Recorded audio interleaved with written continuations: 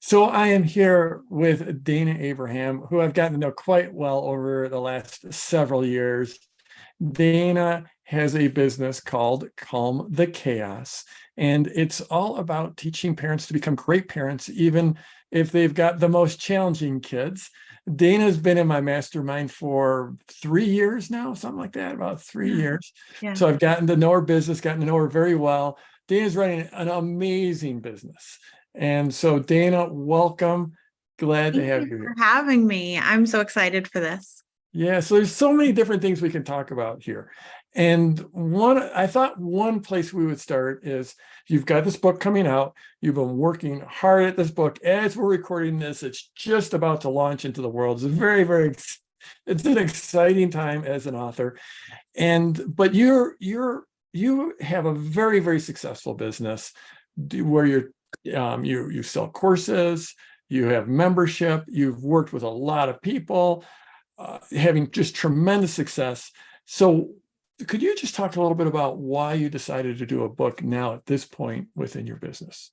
Yeah, it's funny because I remember actually standing in my friend's kitchen years ago when I first started blogging and holding someone's book and going, what the heck would we even write about? What would we fill a whole book about? And now 10 years later, here I am.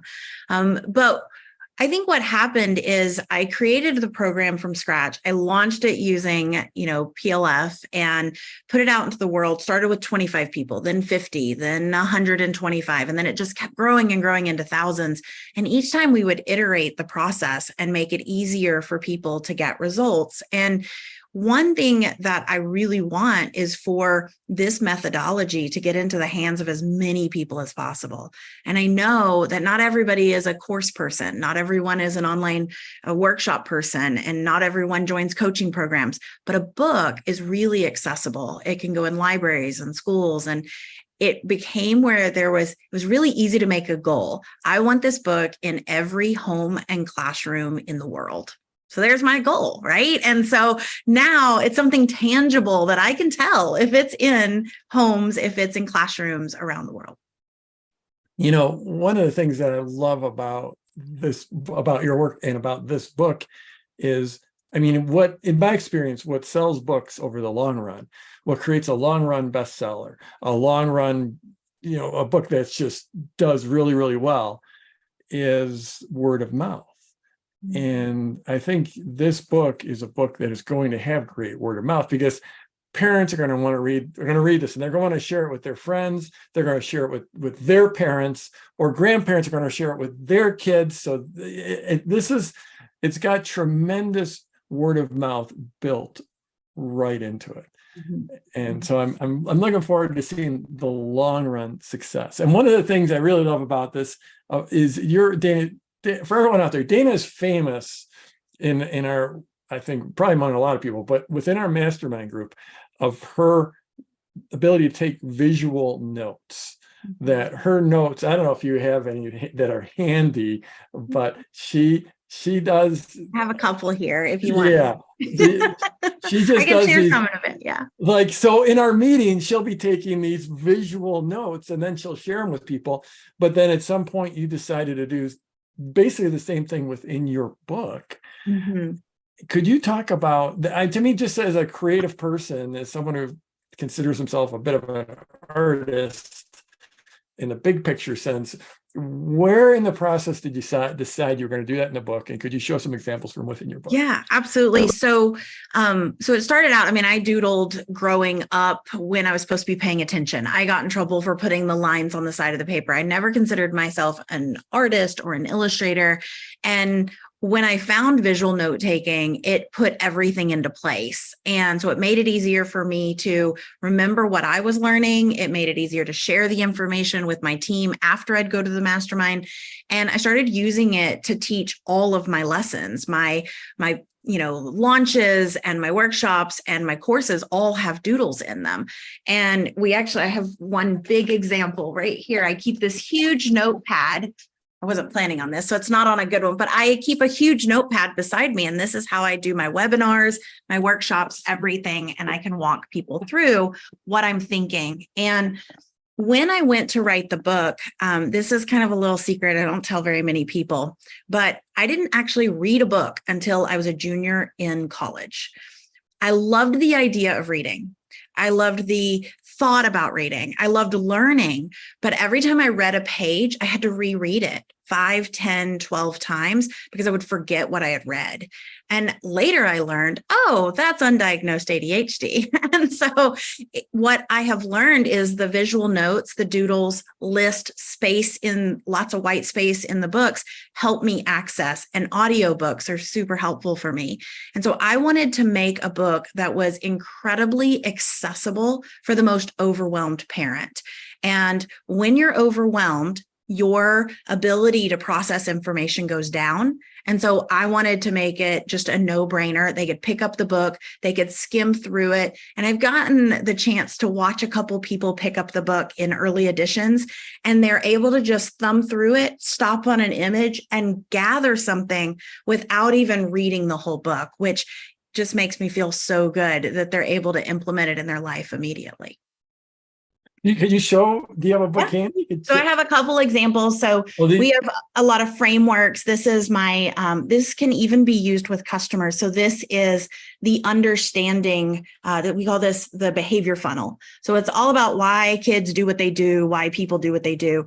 And think of like an iceberg, and under the iceberg is what's really going on. So what causes it is like basic needs. So that even includes safety. So if someone doesn't feel safe, it's going to be hard for them to access information, things like that. They need to feel connected, seen, heard, valued. Sensory, so using all of their senses, and we interact with the world through our senses. Skills, they might be lacking skills. People will avoid pain at all cost, and avoid pain at all cost. And then we have innate desires that we want. We have hopes and dreams that we want to go towards, and we'll do a lot of things that make us uncomfortable just to go for those desires. So that's an example of one. I don't have to go through all of them, but this is like my struggles to superpowers. Let's see. We'll just swap.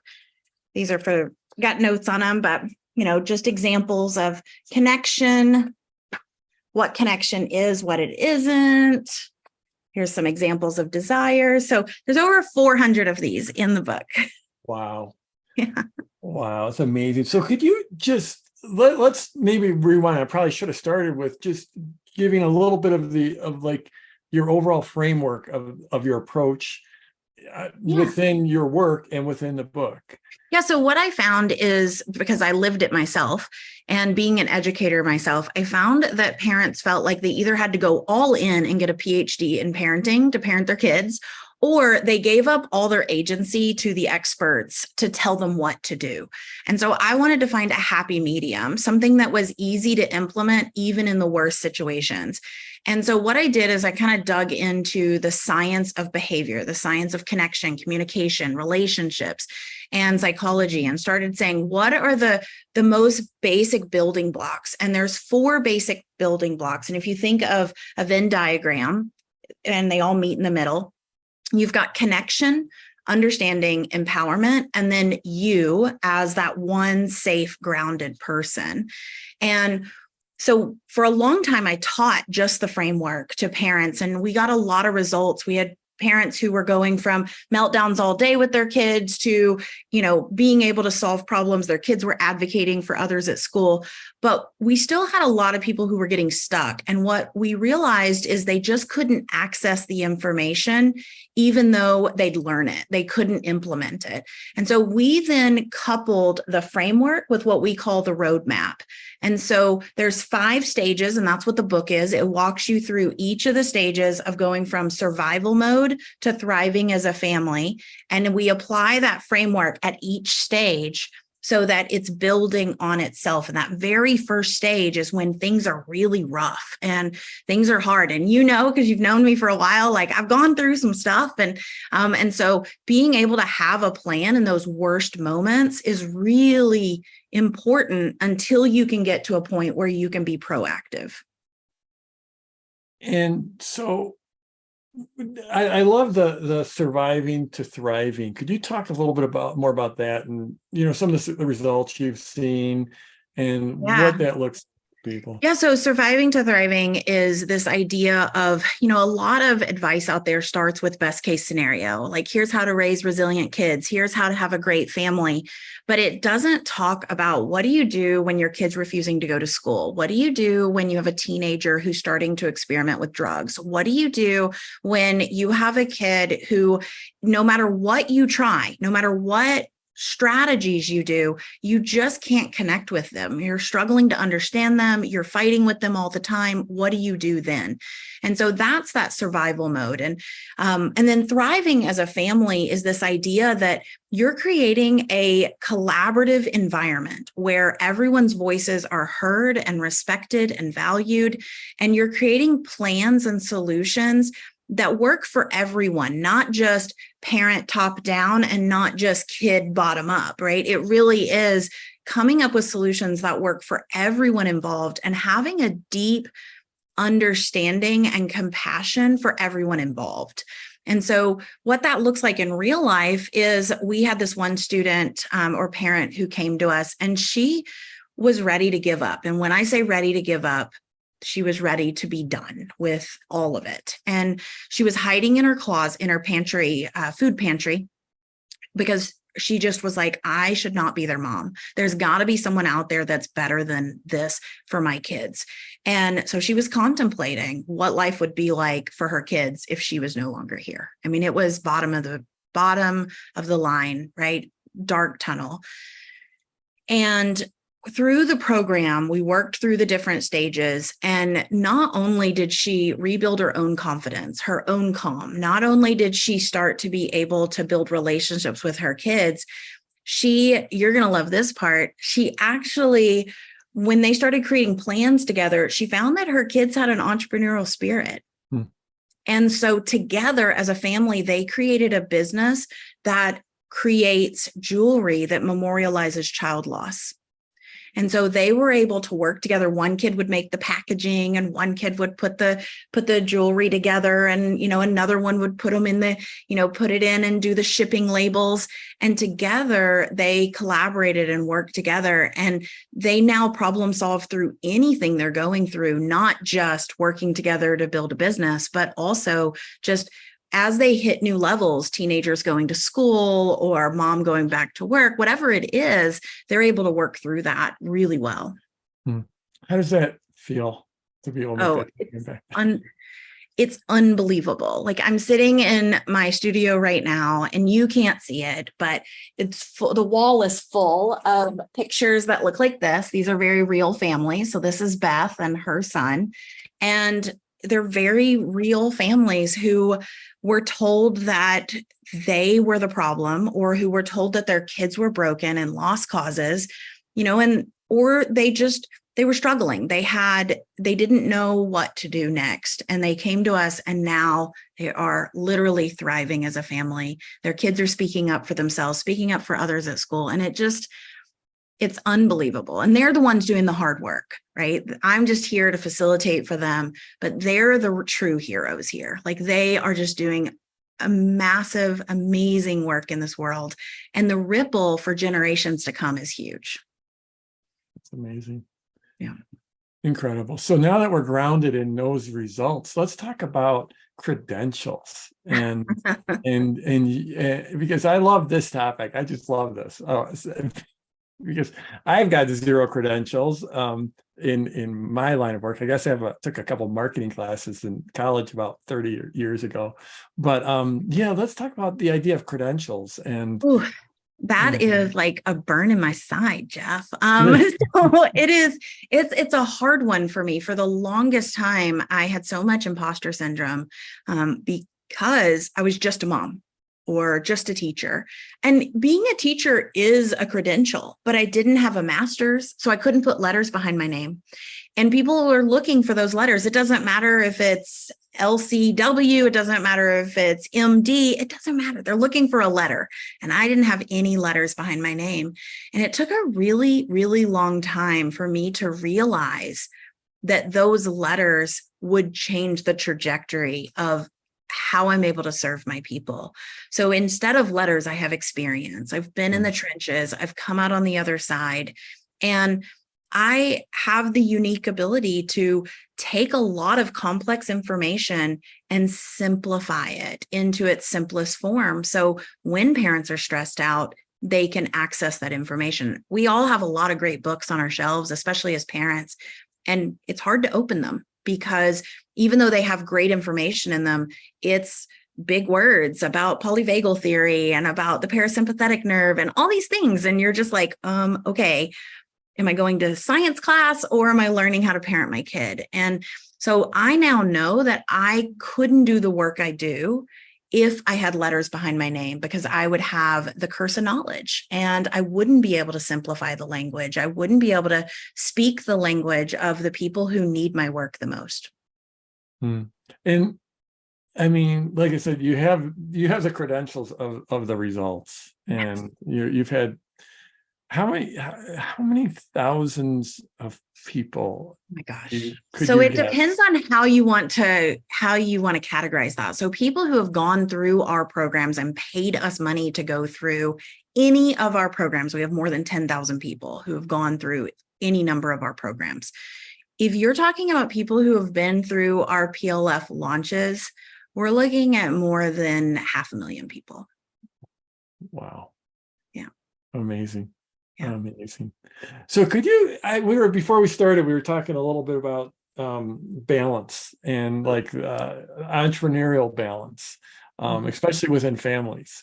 And so, and because I mean, you've got family working in your business. I've got a lot of family working within my business. Yeah. Could you just talk a little bit about that? Yeah. So I think that balance is a myth. I think this idea that everything is going to be exactly the same in all areas of your life, it's impossible. And we're kind of searching for something that we can't achieve. However, I think that equilibrium is something that we can achieve. And so I like to think of it as a pulley system. So you, on one hand, you have your family or your life, and on the other hand, you have your business, your dream, the thing that you're passionate about that you're building and growing. When you pull down on one side, the other side has to go up. And when you pull down on family, the other side has to go up. And when you give yourself permission to pull on that pulley system and let the other one relax for a little bit, you take a lot of pressure off of yourself. And it allows you to say, okay, I don't have to be getting it perfect anywhere, but I definitely don't have to be getting it perfect in business and with my family at the exact same time. And one way to make sure that you're feeling like you're still connected, you're still, right there with your family while you're building your business, is to just build really small habits so that you don't burn out. And those small habits, we talk about it in the book. I call it a 5-minute energy plan, but it's these teeny tiny habits that are based in that framework we talked about at the beginning. So for your mind, it's shifting, doing one small mindset shift every morning. It doesn't mean you have to do an hour of meditation. It can literally be, I get out of bed, I stop for a moment, and I swap from everything is so hard to, you know what, it feels really hard when these things happen, right? And we're shifting that thought just a little bit. And then for connection, you just send one little text to someone or a Voxer. And actually in our mastermind, I send a signal message to 2 people in our mastermind every single day. I send them a message and then they send it back, and we get to speed it up. And we don't always get back to each other all the time, but I'm sending one small connection point to another human every day. And then for understanding, it's understanding what boosts you and drains you. So one small thing that boosts your energy and one small thing that drains you, remove that. So it might be opening your email 10 times a day. It might be remove scrolling. It might be remove overthinking or worrying. That's one I had to remove.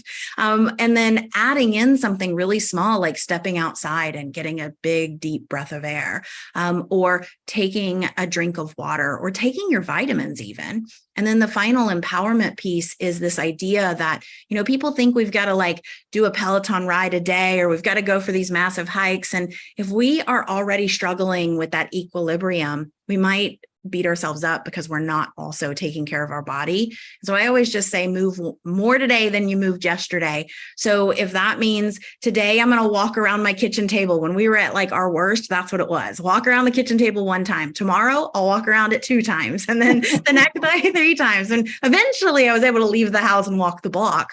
But it's starting where you're at and just building on that habit one tiny piece at a time. That way you don't burn out and you have something in your tank to handle the stresses that come with parenting and the stresses that come with business, because, that's not all unicorns and rainbows either. Right. Right.